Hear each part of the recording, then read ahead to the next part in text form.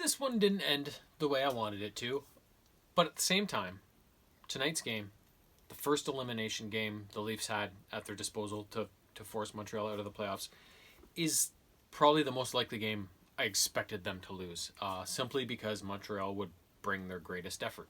And then if they did win, hopefully they couldn't bring that same intensity the next game. They'd kind of plateau. So let's hope that is what's going to happen for Game 6. But anyways, despite an early deficit, the Leafs battled back, and this game actually went to overtime, and it was definitely an entertaining affair. But the first period started off really even, good pace and everything. But then as it went on, Montreal really took control of the period, which again I was ready for. I expected, because their backs were up against the wall, all those cliches, and if they didn't win this game, they were done. So I fully expected that effort, and a couple of controllable goals, I guess. 5 minutes in and then 8 minutes in, both by Armia. First one was a Leaf giveaway by Sandin after a hit.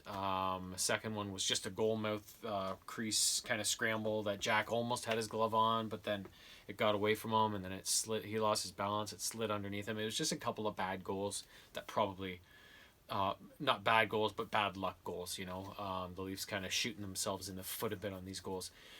So the first ended 2-0, and Montreal had a definite edge in shots, definite edge in play. Second period is the Leafs' kind of bread and butter. Like I mentioned this before, they kind of start slow.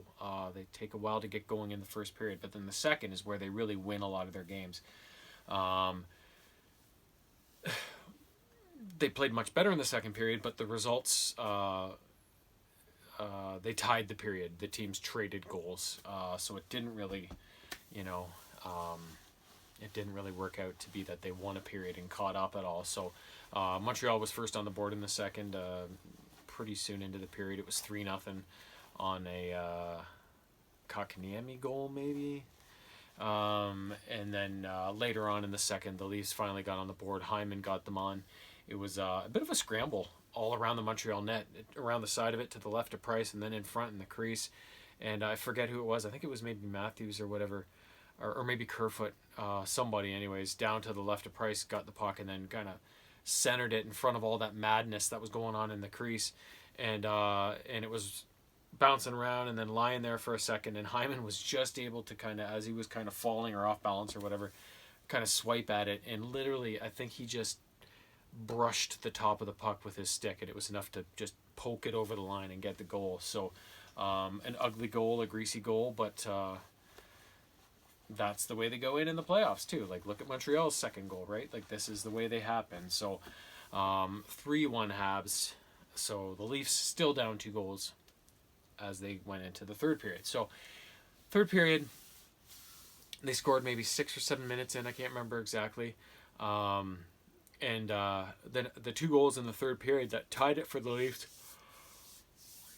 were scored by the same player, and by one of the more unlikely of Leafs to score, and that would be defenseman Jake Muzzin. The first one was just, they were working around the zone a bit. He got it at the left point, let a blast go, and it was one of those shots that was a low shot to begin with, and then it kind of dipped and hit the ice at the end. And it was through a maze of players, and Price didn't even see it, and it went in short side, just inside the post, between his pad and the post there. So that made it 3-2, and then I think 11 or 12 minutes into the third, Muzzy struck again, and this was a really cool goal. This had him looking more like a forward than a defenseman, but the Leafs had a little rush down the left side, and Galchenyuk had it right against the left side boards, and he kind of got pressured, and so he just fed the puck through on kind of a wrist shot / pass up through the Montreal defender's skates right onto Muzzin's stick, and Muzzy just kind of tipped it, and it went like seeing eye shot right through Price's legs, right through the wickets. That made it 3-3, and I was kind of like, okay.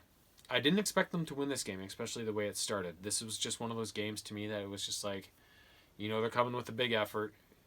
Just throw it away, But when the Leafs tied it up 3-3 in the third, I'm like, oh, shit, maybe they actually have a chance to win this one tonight and fucking put this team away, right? But they ended up going to overtime, and Montreal scored 1 minute in on a Leaf turnover at the Montreal blue line, and it was a 2-0 and that was it. So too bad they couldn't close it out in overtime and end the series, because you don't want it to keep going on, right? Because anything can happen. We've seen lots of crazy shit happen in the NHL playoffs.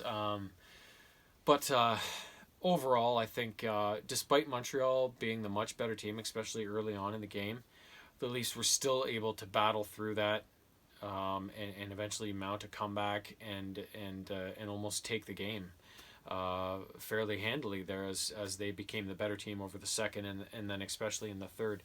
So am I expecting this to end in a disaster like the Boston series have in the past? No, I'm fully expecting them to close this series out. I hope in Game 6, if not in Game 7. I'm pretty sure the Leafs can win one game before the Habs can win 3, no matter the fucking circumstance, right? So I'd really like it to be Game 6. They put it away, but we'll have to wait and see. And there's some curious sidebars to this too. So Game 6, I think they're actually letting some fans into the Bell Center in Montreal, 2,500 or so, I think they said. So there will actually be a fan presence in the building.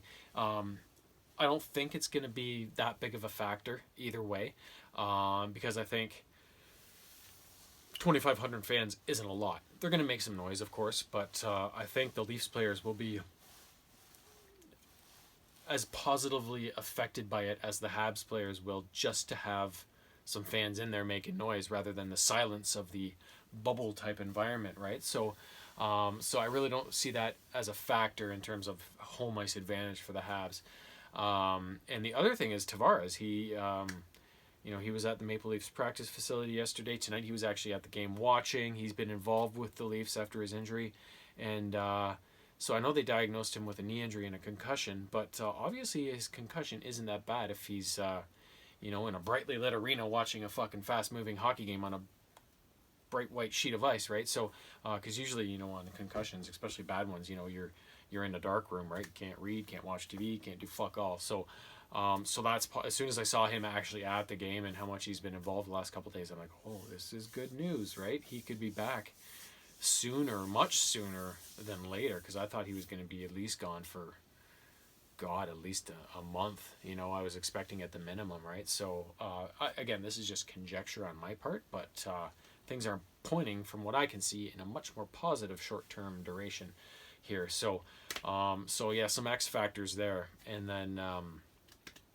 with the crowd and with Tavares, and then of course the Leafs with Foligno still being out, that's a big hole in their lineup to complement Tavares. So I think if they can get Foligno back sooner rather than later, that's really going to help, because he helps out in the physicality department, a center, a guy who's physical, who wins faceoffs, right? So, and can provide some scoring from time to time. So he's a big, he's one of their deadline acquisitions, and he's a big skates to fill there.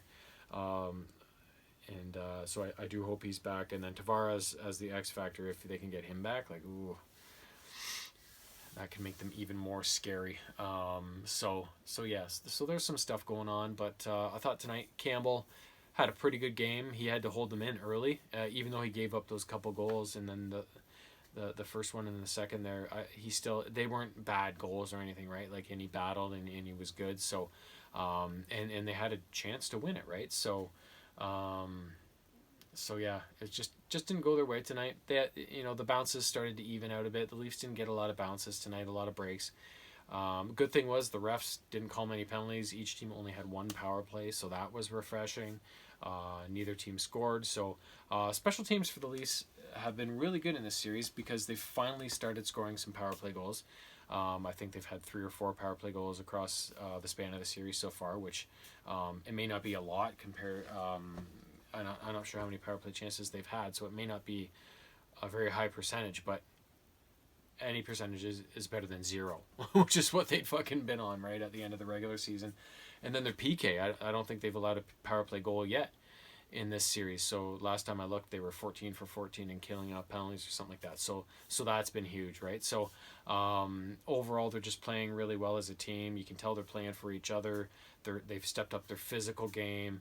The team's really seeming to come together and at the right time here. So One more win against Montreal, and this stupid series is over. So let's hope it happens on Saturday night. Either way, I will be back with my thoughts and opinions. So until then, enjoy the end of another work week and the blossom of a new weekend. Toodles.